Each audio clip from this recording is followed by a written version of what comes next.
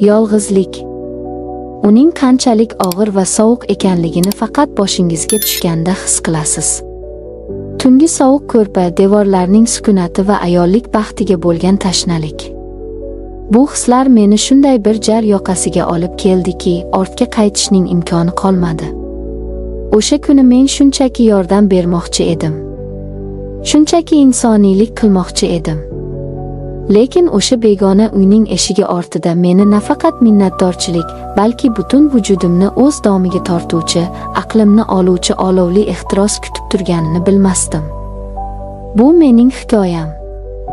Bu mening gunohim va bir vaqtning o'zida mening yashirin baxtim. Assalomu alaykum aziz yurtdoshlar, qadrdon muxlislar. Kanalimizga xush kelibsiz. Bugun sizlarga aytib beradigan hikoyam ko'pchilik ayollar yashiradigan, ammo ich-ichidan his qiladigan dardlar va ehtiroslar haqida. Bu voqea real hayotdan olingan bo'lib, undagi har bir hissiyot, har bir og'riq haqiqiy. Videoroliklarimiz keng tarqalishi va yanada qiziqarli hayotiy hikoyalarni o'tkazib yubormaslik uchun like tugmachasini bosib qo'yishni unutmang. Kanalimizda yangi bo'lsangiz, albatta obuna bo'ling va qo'ng'iroqchani bosing. Tayyor bo'lsangiz, qalbimning eng chuqur sirlarini ochaman. Meni ismim Farangiz. 1987 yilda tug'ilganman. Hozir o'tmishga nazar solsam, hayotim xuddi ikki qismga bo'lingandek, erim yonimda bo'lgan baxtli kunlar va u ketgandan keyingi bo'shliq. 2010 yilda turmush qurdik. Oila qurganda sevib, ardoqlanib kelin bo'ldim. Erim bank sohasida ishlardi, o'ziga to'q, madaniyatli, eng muhimi, meni ayol sifatida his qiladigan inson edi. Bizning tunlarimiz ertaklardek o'tardi, bir-birimizga to'ymasdik. 2014 yilda Alloh bizga shirinagina qiz farzand ato etdi. Baxtimiz to'liq edi. Lekin hayot kutilmagan sinovlari bilan keldi. 2015 yil. Bu yil mening hayotimda qora harflar bilan yozildi. Erim ishxonasida muammolarga duch keldi, asabiylashishlar, yetishmovchiliklar boshlandi. Oxiri kattaroq daromad ilinjida Moskvaga ishlashga ketishga qaror qildi. Tez qaytaman, hammasi yaxshi bo'ladi, dedi u aeroportda meni quchoqlab. U ketdi-yu meni yolg'izlik domiga tashlab ketdi. Qizim bilan ikkimiz qoldik. Kunduzlari ro'zg'or, bola tarbiyasi bilan chalg'irdim. Lekin tunlar. O'sha uzun va azobli tunlar. Yoshim endigina 30 ga yaqinlashgan, kuch-quvvatim to'lib toshgan payt. Erkak taftini, erimning quchog'ini sog'inib yashardim. Kunlar oylarga ulandi. Erimdan xabar bor, pul jo'natadi, lekin telefondagi quruq gaplar vujudimdagi olovni o'chira olmasdi. Men ayolman, menga mehr kerak, menga jismoniy yaqinlik kerak edi. Bu ehtiyoj asta-sekin meni qiynay boshladi. Ba'zan dushda o'zimni ovutishga harakat qilardim, lekin bu vaqtinchalik aldov edi xolos. Menga haqiqiy erkak nafasi yetishmasdi. Bir kuni ertalab odatdagidek qizimni bog'chaga olib ketayotgan edim. Havo biroz sovuq, taksi kutib turardim. Yonimizga oppoq, yarqiragan mashina kelib to'xtadi. Oynasi tushdi va ichidan kelishgan, nigohlari o'tkir, yoshi 35lardagi bir erkak qaradi. Singlim, qayerga borasiz? Olib borib qo'yaman, baribir yo'lim shu tomonga, dedi u samimiy jilmayib. Nimadir meni tortdi. Balki uning ishonchli ko'rinishidir, balki charchoqlik. Rozi bo'ldim. Qizim bilan orqa o'rindiqqa o'tirdik. Uning ismi Umid ekan. Yo'l-yo'lakay gaplashib ketdik. U juda muomakali, gapga chechan edi. Ko'zgudan menga tez-tez qarab qo'yardi va bu nigohlarda men allaqachon unutilgan, ammo juda tanish bo'lgan erkak qiziqishini ko'rdim. Yuragim g'alati dukillay boshladi. Bog'chaga yetib keldik. Qizimni tashlab chiqqunimcha u ketib qoladi deb o'ylagandim. Lekin chiqqanimda mashina o'sha joyda turardi. Sizni kutib turdim, dedi u menga ayol kishining maslahati kerak edi. Onamning tug'ilgan kuniga sovg'a olishim kerak, dedingiz yaxshiga o'xshaydi, yordam bera olmaysizmi? Bu shunchaki bahona ekanligini ich-ichimdan sezardim, lekin rad etolmadim. Biz Samarqand Darvoza savdo markaziga bordik. Birga aylanib sovg'a tanladik. U menga xuddi o'z ayolidek e'tibor berardi, hazillashardi. O'sha kuni u telefon raqamimni oldi. Shundan so'ng Telegramda yozishmalar boshlandi. Uning "Xayrli tong, go'zalim, kuningiz qanday o'tdi?" degan xabarlari mening zerikarli hayotimga rang kiritdi. Men bu e'tiborga o'rganib qoldim, bog'lanib qoldim. Yana bir kun u meni bog'chadan qaytayotganimda kutib oldi. "Farangiz", dedi u jiddiyroq ohangda. "Yunusobodda kvartiram bor edi. Ijarachilar chiqib ketgan, ozgina tartibga keltirish kerak. Yolg'iz o'zim eplay olmayapman. Ayol kishini qo'li baribir boshqada, yordam bera olmaysizmi?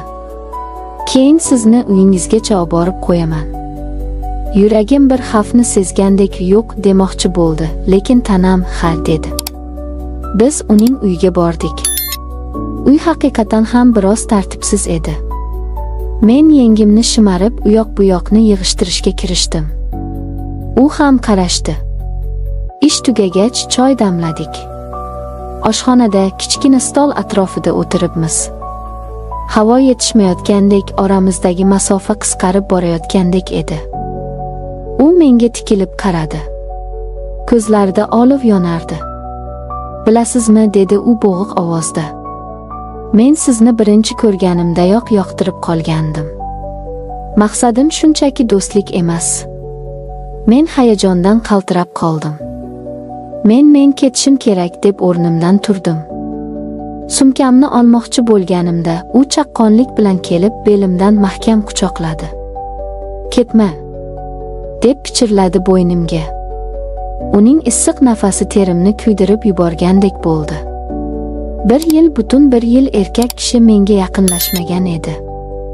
Uning kuchli qo'llari, bo'ynimdan o'payotgan lablari meni dovdiratib qo'ydi. U qo'lini asta pastga, eng nozik joyimga olib bordi. U yerni qattiq bosib silay boshlaganda beixtiyor "ah" deb yubordim. Bu shunday kuchli to'lqin ediki, oyoqlarim holsizlanib qoldi. Yo'q deyishga kuchim qolmadi. U davom etdi. Mening vujudim o'zini unga topshirishga tayyor edi. Kiyimlar birin-ketin polga tushdi. U meni ko'tarib yotoqqa olib bordi.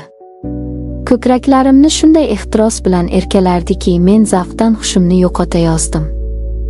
Uning qarshisida yalang'och qolganimda u ham yechindi. Ko'zim uning a'zosiga tushdi va qo'rqib ketdim. U juda katta edi. Erimnikidan ancha farq qilardi. "Qo'rqma, hammasi zo'r bo'ladi", dedi u meni tinchlantirib. U ustimga joylashdi. Og'irligi, erkak hidi, kuchli nafasi. Hammasi meni mast qilardi. Avvaliga u ehtiyotkorlik bilan harakat qildi. Lekin uning o'lchami bu haqiqiy sinov edi. 1 yillik tanaffusdan so'ng bunday kattalikdagi narsani qabul qilish juda og'ir edi. U kirishni boshlaganda men chidolmay qichqirib yubordim. "To'xtang. Og'riyapti. Iltimos." Lekin u to'xtamadi. Uni ehtiros boshqarardi. "Chidagin jonim, hozir o'tadi", deb u yanada kuchliroq harakat qildi. Og'riq butun tanamni qamrab oldi, yig'lab yubordim. Uni itarishga urindim, lekin kuchim yetmasdi. U o'z ishini davom ettirardi, meni butunlay o'ziga bo'ysundirib olgandi. Lekin birdan g'alati narsa sodir bo'ldi.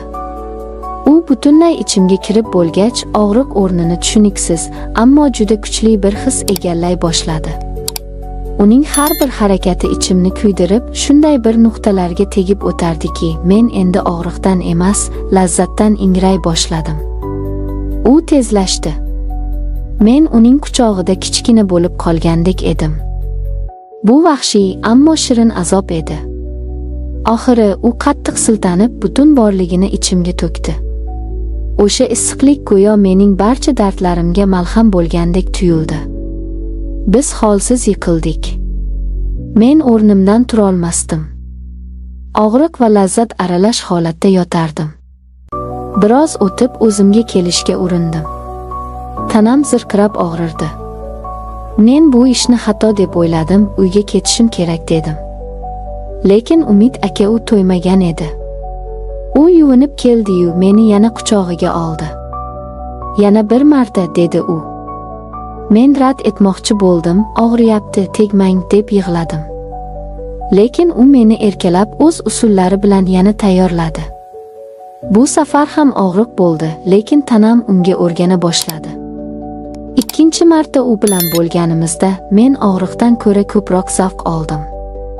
Terga botib, dunyoni unutib, faqat uning harakatlariga moslashdim. U meni dushga olib kirdi, yuvintirdi. Men o'zimni gunohkor, lekin qandaydir ma'noda tirik his qilardim. Uyga qaytish azob edi. Zo'rg'a yurib bog'chaga bordim, qizimni oldim. Uyga kirganda har bir qadamimda o'sha kunning esdaligi tanamda bilinib turardi. O'zimga so'z berdim, boshqa bunday qilmayman. Bu xiyonat. Bu gunoh. Lekin inson nafsi, ayniqsa ayolning ehtirosga bo'lgan chanqog'i yomon ekan. Oradan vaqt o'tdi. Jismoniy og'riqlar ketdi, lekin sog'inch qoldi. Uning quchog'ini, o'sha vahshiy ehtirosini yana xohlay boshladim. Biz yana gaplashdik. Endi men uning oldiga o'zim boradigan bo'ldim. Hozir biz tez-tez ko'rishamiz. U meni maza qildirib siylaydi. Biz ehtiyot choralarini ko'ramiz, lekin ichimda doim bir qo'rquv bor, homilador bo'lib qolmasmikinman. Erim bilsa nima bo'ladi? Lekin bu qo'rquv ham meni to'xtata olmayapti. Men bu olovli yo'lda davom etyapman. Azizlar, bu mening hayotim, mening tanlovim va mening fojiam. Erim uzoqda, men esa bu yerda begona erkakning issiq quchog'ida ovunib yashayapman. Buni oqlay olmayman, lekin tushunishingizni istardim. Yolg'izlik va ehtiros ba'zan aqldan ustun kelar ekan. Balki kimdir meni qoralaydi, kimdir tushunar. Lekin bir narsani unutmang, ayol kishi gulga o'xshaydi. Unga e'tibor va mehr suvi vaqtida berilmasa, u boshqa bog'lardan nam izlay boshlaydi. Hikoyam sizga yoqqan bo'lsa yoki sizda ham shunday fikrlar bo'lsa, izohlarda yozib qoldiring. Bu hayotda hamma narsa bo'lishi mumkin. E'tiboringiz uchun rahmat. Keyingi videolarda ko'rishguncha.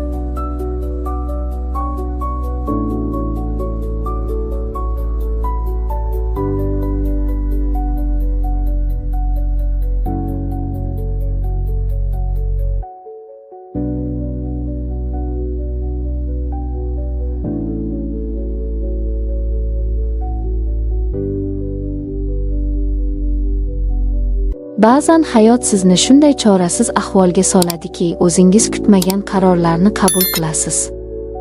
Begona yurt, sovuq tunlar va yolg'izlik. Bu hislar odamni o'zgartirar ekan.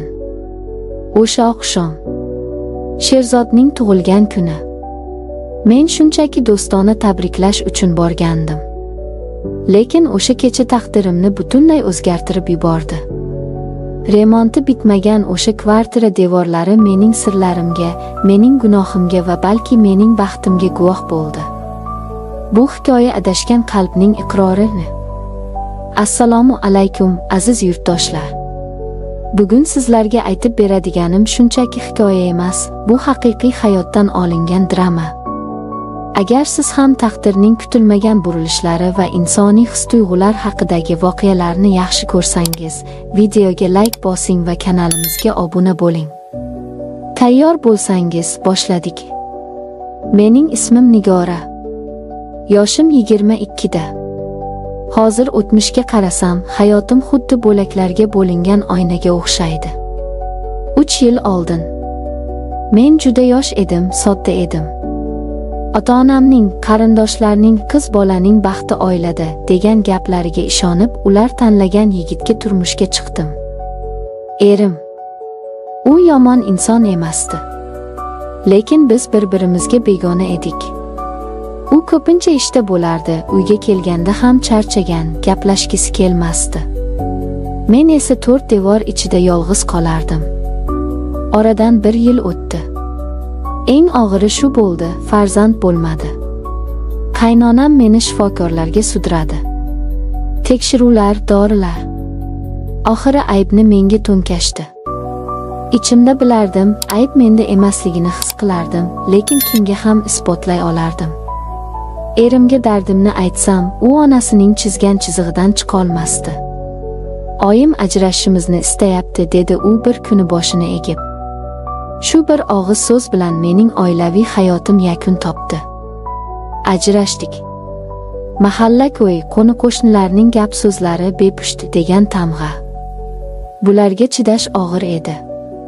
Men bu muhitdan qochishga, o'zimni yo'qotib qo'ymaslikka qaror qildim va Rossiyaga, xolamning oldiga ketdim. Rossiya.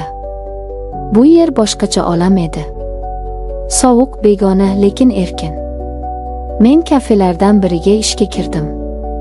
Boshida juda qiynaldim. Til bilmaslik, odamlarning qo'pol muomalasi, ba'zan esa shilqimliklar. Har kuni yig'lab uyg'onardim. Lekin inson hamma narsaga ko'nikar ekan.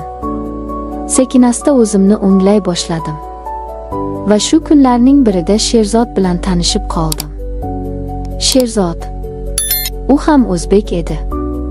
Yoshi 23 da, kelishgan, o'ziga ishongan yigit.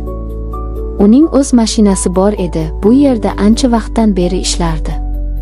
Bizning tanishuvimiz oddiy boshlandi. U meni ishdan keyin uyimga tashlab qo'yardi, ba'zan ishga olib borardi. Uning mashinasida o'tgan daqiqalar men uchun kunning eng tinch va yoqimli qismi edi. Biz gaplashardik, kulishardik. U menga g'amxo'rlik qilardi, himoya qilardi. Men unda o'zim izlagan o'sha erkaklik tayanchini ko'ra boshladim. Kunlar o'tib munosabatlarimiz yaqinlashdi. Ishdan keyin shunchaki uyga emas, balki shaharni aylanib yuradigan bo'ldik. Tungi shahar chiroqlari, mashina ichidagi iliqlik va Sherzodning yonimda ekanligi.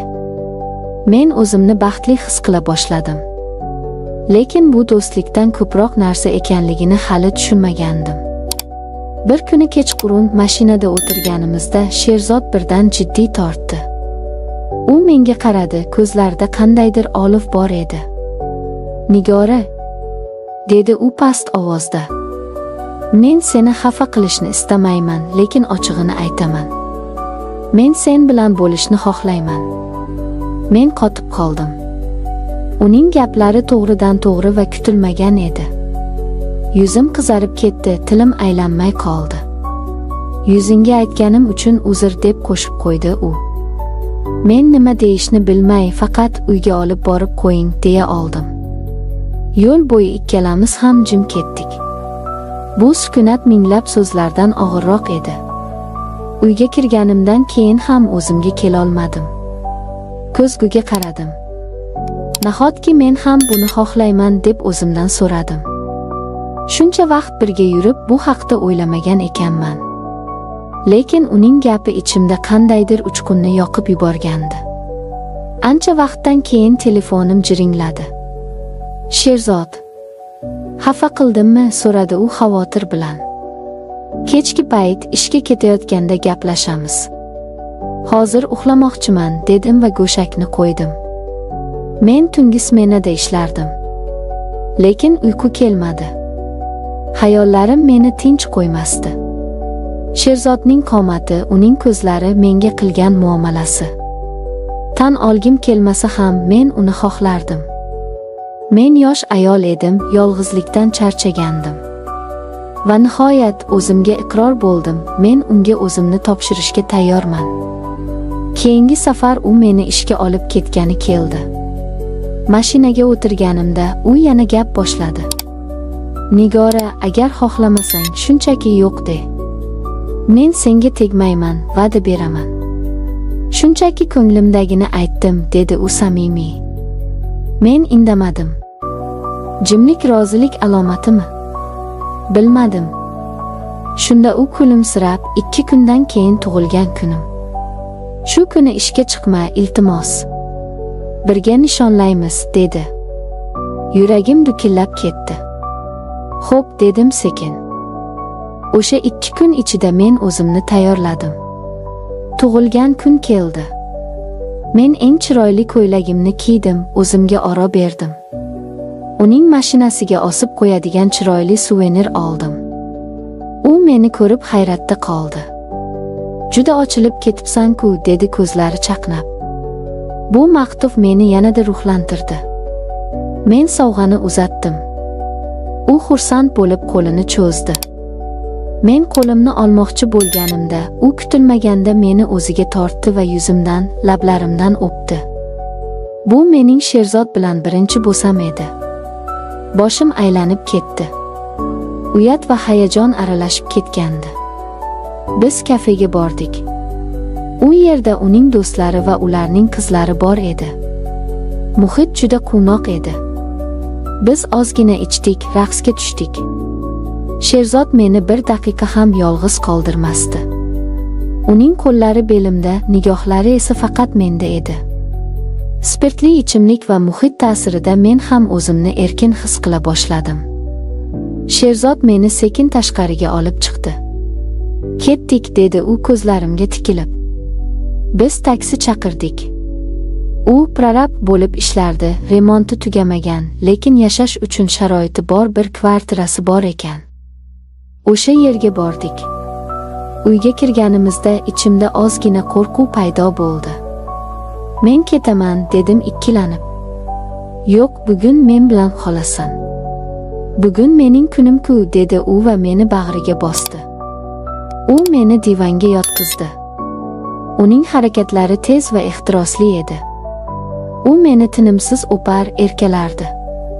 Kiyimlarimiz birin-ketin yechildi. Men uning tanasini ko'rib biroz cho'chidim. U kuchli, gavdali yigit edi. Men esa kichkina va nozik edim. Lekin uning erkalashlari, issiq nafasi mening barcha qo'rquvlarimni eritib yubordi. Men ham unga javob qaytara boshladim.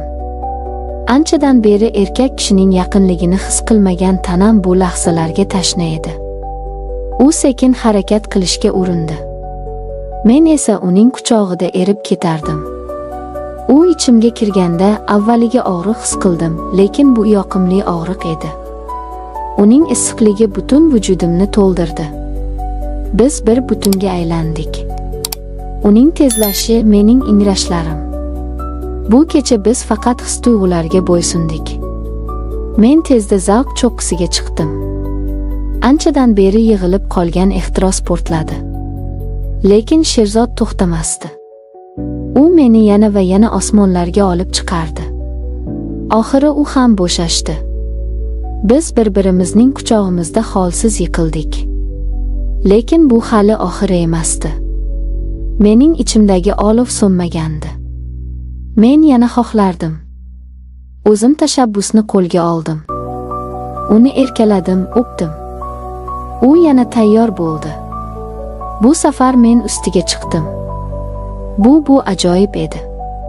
O'zimni erkin, kuchli va kerakli his qildim. Har bir harakatim menga yangi zavq bag'ishlardi. O'sha tunda biz tonggacha birga bo'ldik. Charchoq nimaligini bilmadik. Faqat bir-birimizga to'ymadik. Ertalab uyg'onganimizda quyosh allaqachon ko'tarilgan edi. Biz bir-birimizga qarab jilmaydik. Kechagi tun tush emas, haqiqat edi. Yana bir bor birga bo'ldik va keyin uyimga ketdim. O'sha kuni ishga ham bora olmadim.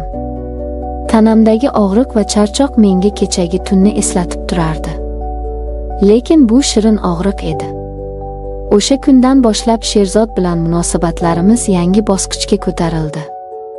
Biz tez-tez ko'rishadigan bo'ldik. Yolg'izlik endi meni qo'rqitmasdi, chunki yonimda u bor edi. Taqdir meni sinovlardan o'tkazdi, lekin evaziga menga shunday insonni uchratishni nasib qildi. Ba'zan baxt kutilmagan joydan kelar ekan. E'tiboringiz uchun rahmat. Agar hikoyam sizga yoqqan bo'lsa, like bosing va o'z fikrlaringizni kommentariyada qoldiring. Bu hayotda hamma narsa bo'lishi mumkin, asosiysi umidni uzmaslik. Xayr, salomat bo'ling.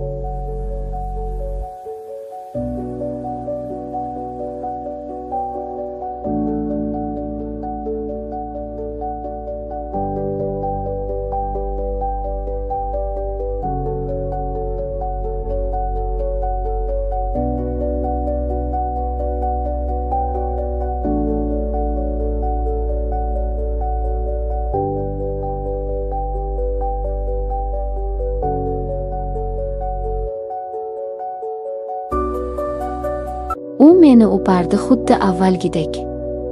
Xuddi biz hali ham bir-birimizni telbalarcha sevadigandek. Lekin bu safar uning o'pichida zahar bor edi. Uning quchog'ida himoya emas, qafas bor edi. Men yo'q deb baqirmoqchi bo'ldim, lekin ovozim bo'g'zimga tiqildi. Chunki eshik qulflangan, derazalar panjarali, qarshimda esa men sevgan Ravshan emas, balki meni barbod qilishga tayyor yirtqich turardi. Bu mening hikoyam. Bu mening jahannamdagi bir kecham. Assalomu alaykum, aziz sirdoshlar. Bu hikoya haqiqiy voqealarga asoslangan. Agar siz ham hayotning kutilmagan burilishlari, taqiqlangan ehtiroslar va og'riqli haqiqatlarga qiziqsangiz, like bosishni va kanalimizga obuna bo'lishni unutmang. Bu yerda faqat chin dildan aytilgan iqrorlar yangraydi. Tayyor bo'lsangiz, boshladik. Mening ismim Hilola. 1994 yilda tug'ilganman. Hayotim xuddi kinolardagidek boshlangandi. Ravshan. U mening ilk muhabbatim, dunyodagi eng yaqin insonim edi. 5 yil. Ozmuncha vaqt emas, to'g'rimi? Bu 5 yil ichida biz bir-birimizning nafasimizga aylangandik. Kollejda o'qib yurgan kezlarimiz. U men uchun tog' edi. Nima desam, muhayyo qilardi. Uning ko'zlarida men faqat o'zimni ko'rardim. U meni erkalardi, soatlar davomida qo'llarimni ushlab o'tirardi. Uning lablari mening lablarimga tekkanda butun dunyo to'xtab qolardi. Bu shunday beg'ubor, shunday kuchli sevgi ediki, men boshqa hech narsani o'ylamasdim. Bizning kelajagimiz